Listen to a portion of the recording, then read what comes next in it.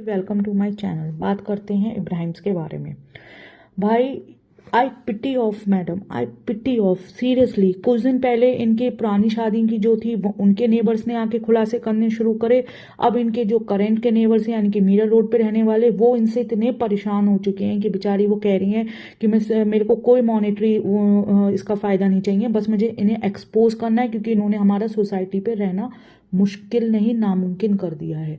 तो ये किस तरह की जंगली फैमिली है जो कि अपने पड़ोसियों का अपने ही घर में रहना दुश्बर कर देती है। बेचारे पड़ोसी या तो मजबूर होकर घर छोड़ छोड़ के भागते हैं या फिर इतने मजबूर हो जाते हैं जो इनके खुलासे करने के लिए हर एफर्ट लेते हैं कि भाई कैसे भी हो कि हमें इनसे छुटकारा मिले और हम इनसे तंग आ चुके हैं। तो फिर आप सभी जानते होंगे या फिर मैं आपको बताती हूँ, अल्फा रेक्स करके एक नया चैनल आया है जो खुद को मैडम का और इब्राहिम्स का पड़ोसी बता रहे हैं मीरा रोड पे। उन्होंने ऐसे ऐसे खुलासे करे हैं कि जो इनके अभी तक फॉलोअर होंगे उन्हें शर्म आ जाएगी कि हम किन्हें फॉलो कर रहे थे। ये इनकी खुद की तो कोई इज्जत नहीं है, लेकिन जो इनके संग में अंधभक्त बन के जुड़े हुए हैं उन बेचारों को, उनकी इज्जत को ये खराब कर रहे हैं, उन्हें शर्मिंदा कर रहे हैं, उन्हें अपने अंदर झांकने पर मजबूर कर रहे हैं कि हमने किनको अपना आइडियल बना रखा है और किनको हम, जिनके अंदर ना कोई स्किल है, ना जो सोसाइटी के लिए किसी लायक है, ना किसी, वो तो मतलब कहना चाहिए एक ढंग की सोसाइटी में रहने के लायक भी नहीं है, उन्हें हम बिना किसी स्किल के लाखों करोड़ों रुपए कमा के दे रहे हैं महीने के। एक आप सभी जानते हैं कि हम सभी को एक एक सर्वाइविंग के लिए, एक नॉर्मल अमाउंट कमाने के लिए कितना एक आदमी को संघर्ष करना पड़ता है। और ये इब्राहिम्स फैमिली, इसके अंदर स्किल तो छोड़िए, सोसाइटी में रहने की एक सभ्यता भी नहीं है, एक तमीज़ भी नहीं है। उन्हें अपने प्रोपेगेंडा के तहत और ये झूठ के तहत ये लाखों लोगों को जरिए करोड़ों रुपए महीने के कमा रहे हैं। तो फिर इनके जो पड़ोसी हैं उनका कहना है कि वो मीरा रोड पे उनके ही मतलब घर के पास में रहती हैं। और मीरा रोड में हमारे इंडिया की तरह सारे ही रिलीजन के, चाहे वो हिंदू हों, जाट हो, मुस्लिम हो, जैन हो, सारे धर्म के लोग मिलकर रहते हैं।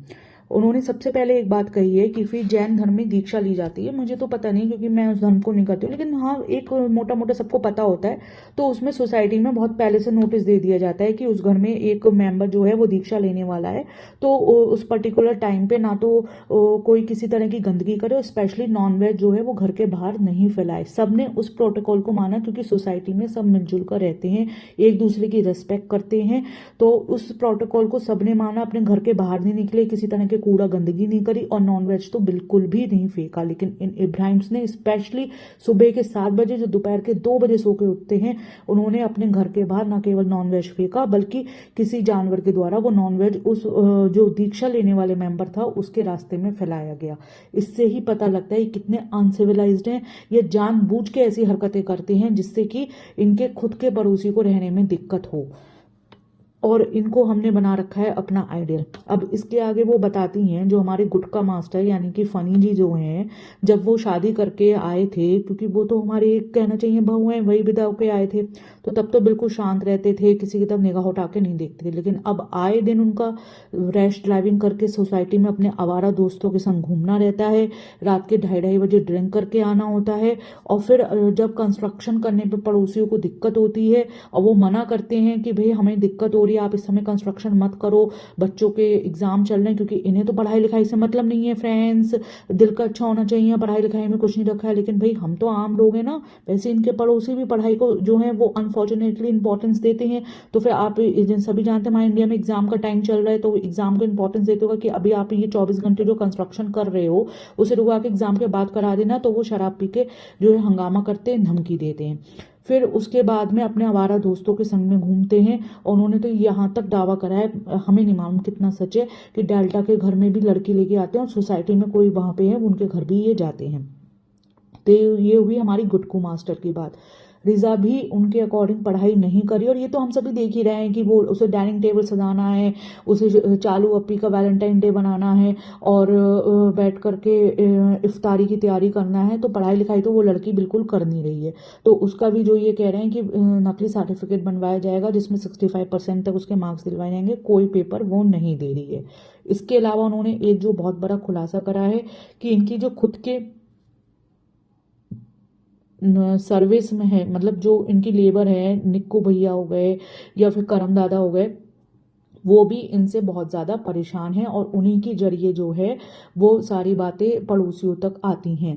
मतलब जो उनके लड़ाई झगड़े होते हैं, वो कहते हैं कि यहाँ तक लड़ाई झगड़े होते हैं कि सोसाइटी में सबको सुनाई देते हैं। उनसे तो पता लगती है, और घर की बातें ये पिक्को काका, करम दादा, ये सब भी परेशान होकर के बताते हैं। यानी कि न केवल पड़ोसी इनसे परेशान है, बल्कि इनके घर में जो बेचारे दो पैसे मेहनत से कमाना चाहते हैं, वो भी बहुत ज़्यादा परेशान हो चुके हैं। मैडम के पापा के लिए भी इन्होंने खुलासा करा कि जो मैडम है, वो मतलब इनके जो पापा हैं, वो पास में सोसाइटी में रहते थे। तो जनाब ने, जो हमारे नार्कसिस्ट नल्ले सो कॉल्ड जनाब हैं, उन्होंने यहाँ तक परेशान करा कि बेचारे वो रिटायर्ड आर्मी मैन थे, वो अपने हॉबीज़ के लिए कुछ सीखना चाहते थे, कंप्यूटर क्लासेस गए, वहाँ पे जाके मना कराए। राइफल सीखने गए, वहाँ पे जाके मना कराए। मतलब कुछ भी वो करना चाहते थे, वो वहाँ पे जाके मना कराते थे कि इन्हें मत सिखाइए इनके यहाँ पे आने से, क्योंकि वो वहाँ पे अपने मन की बातें करते थे, अपना दिल हल्का कर लेते थे। और ये जन आपको कहाँ बर्दाश्त है, वो वहाँ पे जाके मना कराते थे। इससे परेशान होकर बेचारों ने, जो इतने मतलब अब जो सोसाइटी में रह रहे हैं, उससे तो ढंग की सोसाइटी थी, वहाँ पे पास में रहते थे, उन्होंने छोड़ के बिल्कुल बेकार जगह जाके रहना शुरू कर दिया। उसके अलावा इन्होंने मैडम से भी बिल्कुल भड़का भड़का के कट ऑफ करा दिया। तो फिर आप देख सकते हैं कि इनके हर मेंबर, चाहे वो इनका फनी हुआ, चाहे वो चालू अप्पी हुई, चाहे मैडम हुई, चाहे सुतारा आंटी हुई, या फिर चाहे ये अपने नल्ला जनाब हो, सबके सब एक से बढ़कर एक नार्किसिस्ट, अनसोशलाइज्ड और सोसाइटी के लिए खतरा इंसान है। और ऐसे अनस्किल्ड लोगों को इनके ब्लाइंड फॉलोअर्स ने लाखों व्यूज दे करके महीने के करोड़ों रुपए कमाने के लायक बना दिया। तो ये एक सोचने वाली बात है। और ये मत सोचिए कि इनके पैसे कमाने से हमें दिक्कत है, ये पैसे कमाने से हमें दिक्कत नहीं है। इनके जो ब्लॉग्स के जरिए, जो एक कहना चाहिए अंडर प्रिविलेज लोग देखते हैं, या फिर जो रैशनल थिंकिंग नहीं रखते, वही इनको ये ऑडियंस देखती है। उससे सोचिए सोसाइटी में कितना खराब इम्पैक्ट पड़ता है। मैं आपको बता रही थी कि मेरे फैमिली पे भी इसका पड़ा। मेरी मम्मी जॉब करती हैं, और मेरी मम्मी को वो एक्नॉलेजमेंट मेरी खुद की फैमिली में नहीं मिला, क्योंकि उस टाइम जो है आज से 6 साल पहले इन मैडम का बहुत ज़्यादा जलवा था कि ये मैडम ने इतना ज़्यादा सर पे चढ़ा रखा था, पूरी फैमिली वो संभाल रही हैं। जनाब नल्ला तो कुछ करते नहीं थे, तो फाइनेंशियली भी सपोर्ट कर रही हैं, उसके अलावा अपने इन लॉज के पैरों में बिछी जा रही हैं।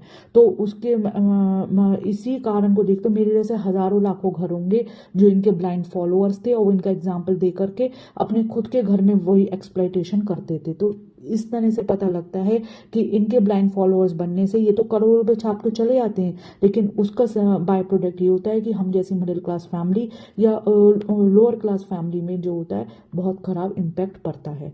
तो फिर मेरा तो इनके ब्लाइंड फॉलोअर से ये कहना है कि ये आपके किसी भी तरह के इंपॉर्टेंस के लायक नहीं है।